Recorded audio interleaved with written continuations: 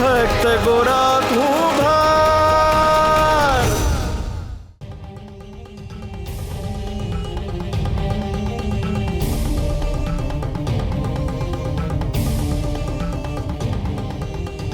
ને હવે તો હું આવી ગયો છું, એટલે હું તોફાન કરીને તમને હેરાન નહીં કરું, પણ હું તમને કામમાં મદદ કરીશ. હારું હો બેટા. માં, આ શું બનાવે છે માં? ગણપતિ દાદા હાટુ ચૂરમાના લાડુ બનાવું છું. અત્યારે શું કામ? કારણ કે થોડા દિવસમાં છે ને ગણેશ ચતુર્થી આવે છે અને બાપાને છે ને લાડુ બહુ ભાવે. ગણપતિ બાપ્પા મોર્યા.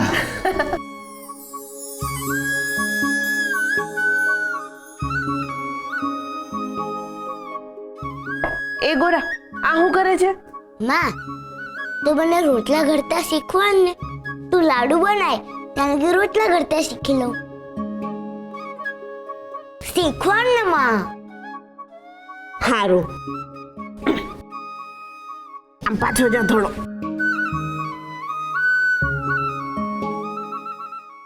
લે, આમાં પાણી રેડ. બસ. હવે આને આમ મસળ. લોટ હંધોય ભેગો કર. ઉભો રહે.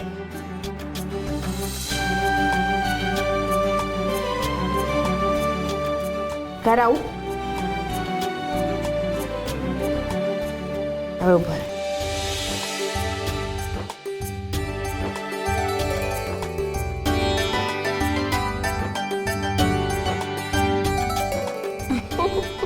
બસ હવે બસ, તું રહેવા દે. આ લોટ બંધાઈ ગયો. હવે રોટલા છે ને હું જ ઘડી દઈશ. હા, જા તું બહાર જઈને હાથ ધોઈ આય. હાલ સુરા, આપણે ભાગીએ ને જોઈએ કોણ પેલા હાથ ધોવા પૂગે છે. આ વખતે તું તને હરાઈ જ દઈશ. એ ઊભો તને મારા હાટુ.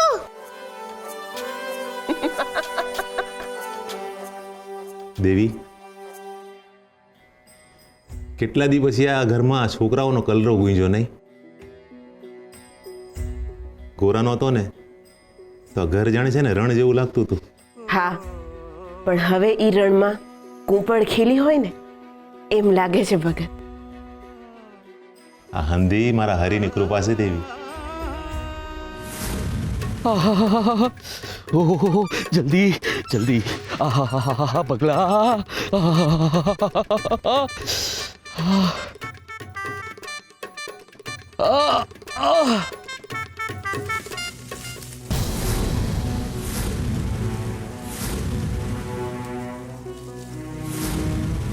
કોણ છે ન્યા? કોણ છે? કોઈ જંગલી જનાવર તો નહીં હોય ને?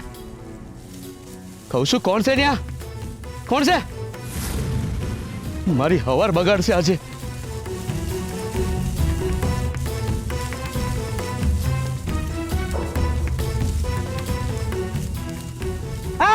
મારી રહ્યો. આ તો કોઈ માણસનો અવાજ છે.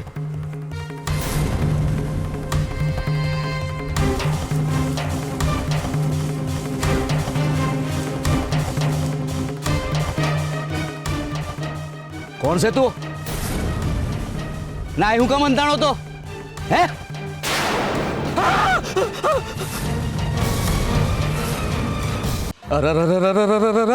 આખા શરીરે કોડ છે. નીકળ અહીંથી. છી છી છી છી છી. તારા લીધે આખા માધવપુર ગામને કોડ થાય. નીકળ, કહું છું નીકળ. ઓ માડી રે. રઘડુશાની સામે ભલભલાના પગ ધરું જોવા માંડે છે અને તે હાથ ઉગામવાની હિંમત કરી. આ ખંજર તારી આર પાર ઉતારી દઈશ. લે, આ તો સમજો ઉંદર ને નીકળ્યો ડુંગર. આ તો મોટો ડાકુ છે. આ ખંજર જોઈને તો એવું લાગે છે કે આની ધાર અડે ને તો એ લોહીની નદીઓ વહેવા માંડે. જો છે ચમકારો. માફ કરો, માફ કરો ડાકુરાજ, માફ કરો, માફ કરો. ભૂલ થઈ ગઈ ડાકુરાજ, માફ કરો. ઝઘડુશાના દરબારમાં ભૂલની સજા હોય, માફી નહીં. ઊભો થા. નહીં નહીં નહીં, હું તો તમારા પગમાં જ રહીશ ડાકુરાજ, હું તમારા પગમાં જ રહીશ. ઊભો થા. ધીરે ધીરે ધીરે ધીરે ધીરે ખેંચો ડાકુરાજ. આ કયા ગામનો સીમાડો છે? તમે જી નામ દો એ ગામનો સીમાડો ડાકુરાજ. હું પૂછું છું એનો જવાબ આપ. માધવપુર ગામનો સીમાડો છે. માધવપુર. એનો અર્થ એમ કે ઓલા ઝીણકા ગોરાનું મોત મને અહીંયા લઈને આવ્યું છે. હવે હું આ મારા ખંજરને એનું લોહી ધરાવીશ, તઈ મારી આત્માને શાંતિ મળશે. ગોરા? તમે કઈ રીતે ઓળખો ગોરાને ડાકુરાજ? એના લીધે તો હું મારી ઓળખાણ ગુમાવી ચૂક્યો છું. એનું કાસળ કાઢીને મારી ઓળખાણ હું પાછી મેળવીશ. માફ કરજો ડાકુરાજ, હું કહું કે એણે એવું તો શું કર્યું તમારી હારે? બાળકો તેમના ઠેકાણે પહોંચી જશે અને તમે તમારે ઠેકાણે. એ મારું ઠેકાણું નક્કી કરવા વાળો તું કોણ? આવી જાઓ ભાગો! સિપાહીઓ, પકડો. ગોરાએ મારી ટોળકીનું સત્યાનાશ કરી નાખ્યું. હું તો છટકીને જંગલમાં વયો ગયો, પણ અચાનક મને આ ખરજવું ઉપડ્યું ને ખરજવાએ ધીમે ધીમે આખું શરીર એના તાબામાં લઈ લીધું. ગમે એ કરું તો એ ખરજ ઓછી જ નહોતી થતી. હાથના નખ ઉખડી ગયા, ચામડી છોલાઈ ગઈ, પણ ખરજવું જવાનું નામ નહોતું લેતું. ને તહીં મેં જોયું તો મારા હાથ ઉપર કોડના નિશાન, ને હજુ નજર ફરે ત્યાં તો આખું શરીર કોડના સકંજામાં સપડાઈ ગયું. આ ગામનો સીમાડો જોયો તો થયું કે અહીંયા કોઈ વૈદ હશે જેની પાસે હું મારી સારવાર કરાવી શકી. ગોરાને મેં આ ગામમાંથી ઉપાડ્યો ને તે દીથી મારા ખરાબ દિવસો ચાલુ થઈ ગયા છે. એકવાર જો એ મારા હાથમાં આવ્યો ને તો એના જીવથી એને હાથ ધોવા પડશે. લે, આ તો બગાસું ખાતા પતાસું મળ્યું. આ તો ગોરાનો દુશ્મન નીકળ્યો, ને દુશ્મનનો દુશ્મન એટલે આપણો ભાઈબંધ. ડાકુરાજ, તમારી તકલીફનું નિવારણ મારી પાસે છે. મારા કોડ મટી જશે. અરે એમ નહીં ડાકુરાજ, એનાથી એ મોટી તકલીફ. ગોરા, હું તમારો ભેટો ગોરા જોડે કરાવીશ. હાલો. 1 2 3 4 5 6 7 8 9 10. 11 તરસ લાગી છીપ આવશે કોણ? હરે કૃષ્ણ હરે કૃષ્ણ. તરસ લાગી છીપ આવશે કોણ? હરે કૃષ્ણ હરે કૃષ્ણ તરસ લાગી છીપ આવશે કોણ? હરે કૃષ્ણ હરે કૃષ્ણ ભૂખ લાગી ભૂખ ઠારશે કોણ? હરે કૃષ્ણ હરે કૃષ્ણ. ભૂખ લાગી ભૂખ ઠારશે કોણ? હરે કૃષ્ણ હરે કૃષ્ણ એકલા પડ્યા હાથ ઝાલશે કોણ? હરે કૃષ્ણ હરે કૃષ્ણ. સવારે મંદિરની આરતીમાં જાશે કોણ? હરે ના ના, હું જઈશ. ના બાપા, હું જઈશ. બાપા, જ્યારે આપણને મંદિરે જવા મળશે ને ત્યારથી રોજ હું નાઈ ધોઈને પહેલા મંદિરે ભૂગી જઈશ. માં, પાણી પૂરું થઈ ગયું. હાલો, હું છે ને ભરતો આવું. ઓહો, તમે કુએ પાણી ભરવા જાઓ? કા ન જવાય? ના જવાય ને, પણ ત્યાં બધી બહેનો હશે ને એ તમને પાણી ભરવા આવતા જોઈને તમારા પર દાંત કાઢશે ને પછી કહેશે કે આલ્યો આ દેવી તો ભગતમાં કેટલું બધું કામ કરાવે છે. એમાં ખોટું શું છે દેવી? એટલે હું તમારી પાસે કામ કરાવું છું? ના એટલે કામ તમે ચીંધો છો, બાકી કરું તો હું શું ને.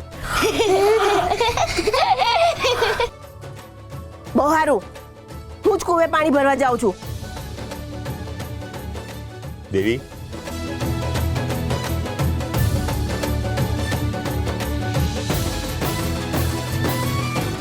બહુ સારું, હવે ડાયા નો થાવ.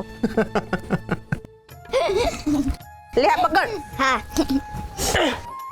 માં, હરે કૃષ્ણ હરે કૃષ્ણ. હરે કૃષ્ણ.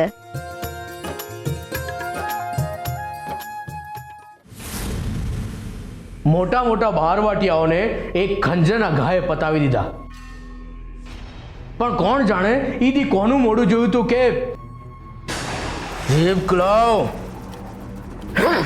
હરે કૃષ્ણ મને લાગે છે કે આ ખંજર બુઠ્ઠું થઈ ગયું છે.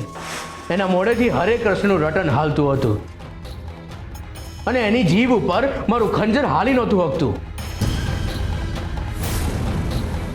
બહુ કર્યું પણ એની જીભ ઉપરથી લોહીનું એક ટીપું ન ફૂટ્યું. એટલે પછી થાકીને મેં જંગલમાં છોડી મૂક્યો. લો, તમે એને જંગલમાં છોડી આવ્યા પણ એને તો તમને જ પકડાવ્યા. હવે મારા હાથમાં આવે એટલી વાર છે. જેવો મને જડી ગયો કે એનું ગળું જ દાબી દઈશ અને એની રાખ ચોપડીશ ને તો એ મારી ખરજ મળશે. એકદમ યોગ્ય જગ્યાએ આવ્યા છો ઝઘડુ શાહ. તમારી ખરજ અને તમારી અરજ બંને હું સંતોષીશ. તમારે તમારા અપમાનનો બદલો જોઈએ છે અને મને મારી સત્તા પાછી જોઈએ છે. લક્ષ્ય ભલે બંનેનું અલગ હોય પરંતુ માર્ગ એક જ છે. બંને સાથે મળીને ચાલશું તો બહુ જલ્દી પહોંચી જઈશું. સાચી વાત છે. તમારી આંખોમાં ગોરા માટે જે ઝેર છે ને એ જ મારી આંખોમાં છે. બોલો, હજુ હાલ મળ્યા છે પણ મેળામાં વિખૂટા પડેલા બે ભાઈઓ મળ્યા હોય એવો ગરોબો કરી નાખ્યો છે બે. ડાકુરાજ, તમને રડતા આવડે છે?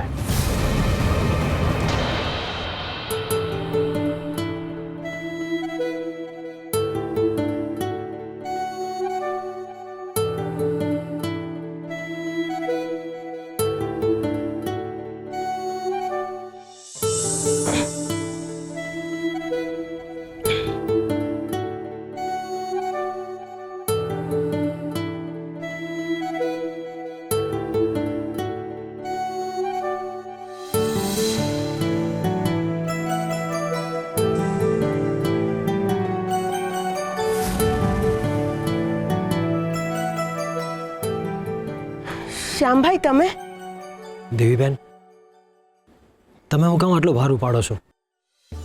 લાવ, હું ભરી દઉં.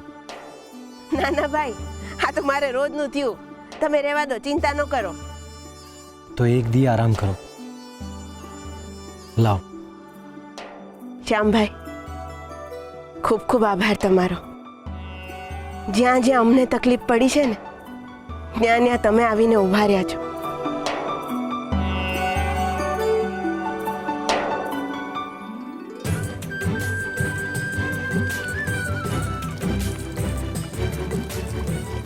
બસ બસ ભાઈ, ભરાઈ ગયું. બસ.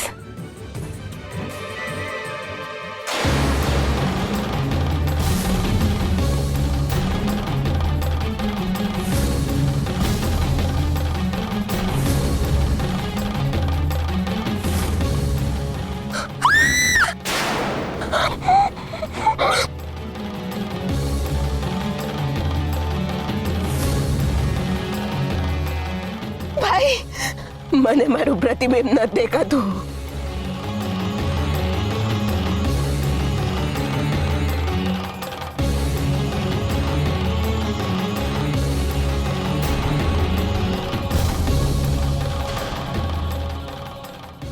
દેવીબેન,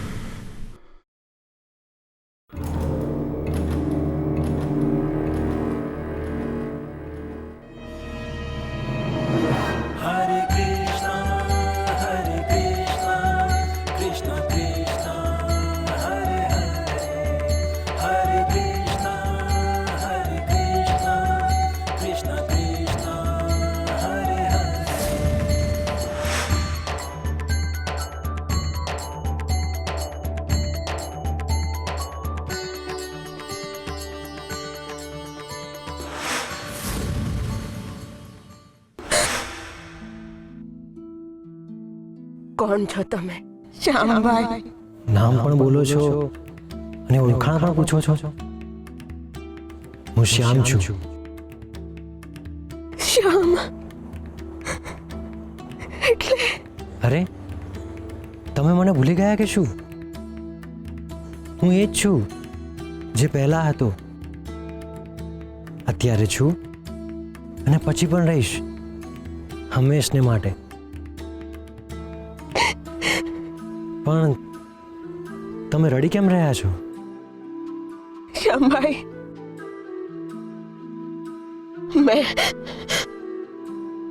મેં કાંક જોયું. હું જોયું? કૃષ્ણનું મૃત્યુ. એટલે તમે કૃષ્ણના મૃત્યુના સાક્ષી બન્યા, એમ જ ને? કૃષ્ણના મૃત્યુની સાક્ષી હું? પણ હું કામ? એ તો એ જ જાણે દેવીબેન. કદાચ તમને સમજાવવા હાટું કે મૃત્યુ તો નિશ્ચિત જ છે, પછી એ માણાનું હોય કે માધવનું. મૃત્યુ.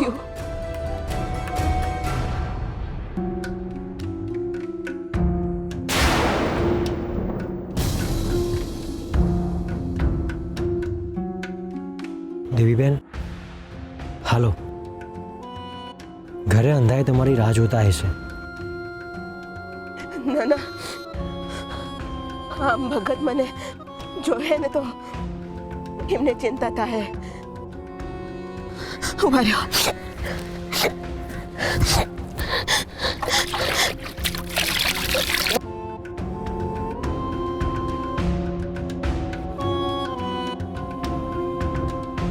હાલો હવે.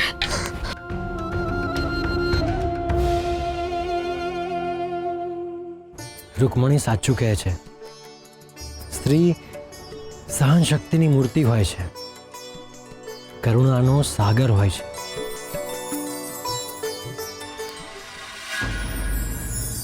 શાશ્વત આ સંસારમાં અને સમગ્ર બ્રહ્માંડમાં પણ જો કોઈ શાશ્વત છે તો એ છે માત્ર ને માત્ર ઉર્જા. આત્મા અમર છે, વિચાર અવિનાશી છે. ઈશ્વરે પણ પોતાના સ્થૂળ દેહનો ત્યાગ કરવો જ પડે છે, અને આ સત્યને સિદ્ધાંત બનાવવા માટે જ ઈશ્વરે સમય આવે સંસારમાં જન્મ ધારણ કરી મૃત્યુનો સ્વીકાર કર્યો છે, જેથી દરેક મનુષ્યના મન સુધી એ વાત પહોંચી શકે કે સ્થૂળ રૂપે તો ઈશ્વર પણ શાશ્વત નથી. અમર રહેવું એ મનુષ્યના પોતાના હાથમાં છે. મનુષ્યના સ્થૂળ દેહના ગયા પછી પણ એ પોતાના સત્કર્મો અને પોતાના વ્યક્તિત્વની ઉષ્મા થકી ચિરંજીવી રહી શકે છે. જે રીતે ફૂલના ગયા પછી પણ એની સુવાસ મહેકતી રહે છે, એ રીતે શુદ્ધતા હંમેશા શાશ્વત છે, પછી એ આત્માની હોય કે ભક્તિની.